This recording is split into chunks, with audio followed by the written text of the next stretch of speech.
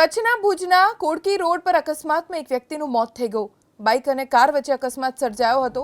Bike પર સવાર 3 લોકોમાંથી એકને ગંભીર ઈજા થતા સ્થળ પર જ મૃત્યુ થઈ ગયું। અન્ય 2 લોકો સારવાર હેઠળ હોસ્પિટલમાં દાખલ છે।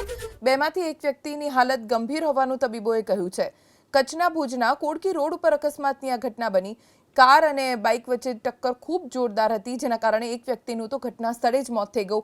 એકની હાલત ખૂબ ગંભીર છે અને એક હજી સારવાર હેઠળ છે। કચ્છના ભુજના કોડકી રોડ પર અકસ્માતમાં એક વ્યક્તિનું મોત થઈ ગયું।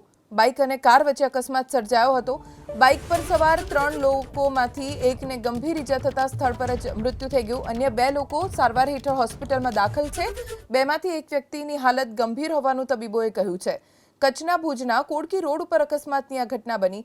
કાર અને બાઇક વચ્ચે ટક્કર ખૂબ જોરદાર હતી, જેના કારણે એક વ્યક્તિનું તો ઘટના સ્થળે જ મોત થઈ ગયું। એકની હાલત ખૂબ ગંભીર છે અને એક હજી સારવાર હેઠળ છે।